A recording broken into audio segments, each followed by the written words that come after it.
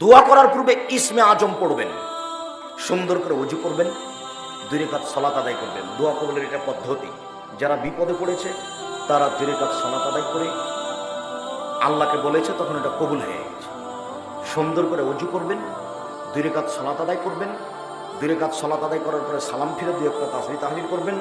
তারপর হাত উঠিয়ে প্রথমে বলবেন ইসমে আজম, আল্লাহুম্মা ইন্নী আসআলুকা বিআন্নাকা আনতাল্লাহ। আল্লাহ, তোমার কাছে এই জন্য চাচ্ছি যে তুমি আল্লাহ, তুমি আল্লাহ, এই জন্যই তো চাচ্ছি। আনতাল আহাদুস সামাদুল্লাযী লাম ইয়ালিদ ওয়া লাম ইউলাদ ওয়া লাম ইয়াকুল লাহু কুফুওয়ান আহাদ। তুমি একক, নিরপেক্ষ, মুখাপেক্ষহীন।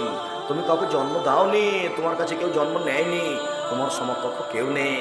এখন খুব খুশি, হ্যাঁ ঠিক হয়েছে, আমি যেটা চাই সেটাই হয়েছে, বেশ ভালো। এখন কি বলতে চাও বলো? তাহলে দুরূদ পড়ে। হ্যাঁ, এটা আরো ভালো হয়েছে। দুরূদ না পড়লে দোয়া আকাশে গিয়ে ঝুলন্ত থাকে, উপরে ওঠে না। তাহলে আমি প্রশংসা করলাম।